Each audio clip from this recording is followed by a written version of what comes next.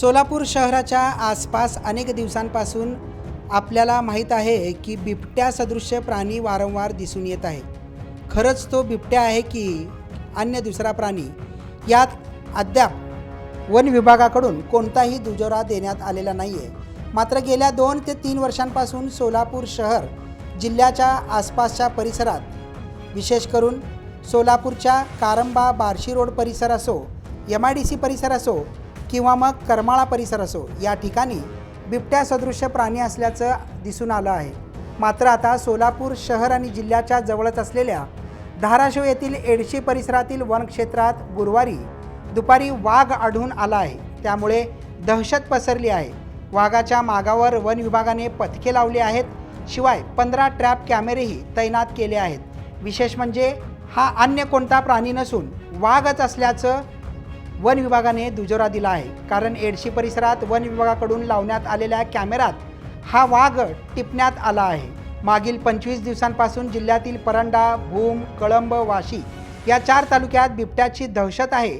आता वाघही दिसून आल्याने परिसरात खळबळ उडाली आहे. जिल्ह्यात ऊस क्षेत्र वाढल्याने बिबटे आढळून येण्याचे प्रमाण वाढले असतानाच आता वाघ आढळून आल्याने खळबळ उडाल्याचं बोललं जात आहे.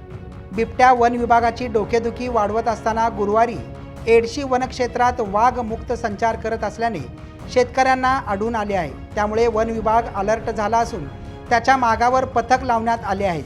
हालचालींवर लक्ष ठेवण्यासाठी एडशी वनक्षेत्रात 15 ट्रॅप कॅमेरे देखील बसवण्यात आले आहेत. 10,000 हेक्टर क्षेत्र परिसरात एक वाघ संचार करतो. घनदाट जंगलात त्याचा वावर असतो. एडशी परिसरात 2200 हेक्टर वनक्षेत्र आहे. या परिसरात वाघ आढळला आहे. तो येथे अधिक दिवस राहण्याची शक्यता कमी आहे. वन विभागाचे पथक वनक्षेत्रात तैनात आहेत. 15 ट्रॅप कॅमेरेही लावण्यात आले आहेत. शेतकऱ्यांनी रात्री शेतात एकटे जाणे टाळावे, समूहाने जावे असे आवाहन वन विभाग अधिकारी BA पोळ यांनी केले आहेत. बार्शी व धाराशिवच्या सीमेवर आढळणारा तो प्राणी वाघच असल्याचं दुजोरा देण्यात आल्यानंतर तो प्रवासी असल्याने एकाच ठिकाणी राहण्याची शक्यता नसल्याचं वन विभाग सांगत आहे. पण जर राहिलाच तर त्याबाबतची सविस्तर माहिती, नोंदणी राष्ट्रीय व्याघ्र प्रकल्प व केंद्र शासनाकडे पाठवण्यात येईल.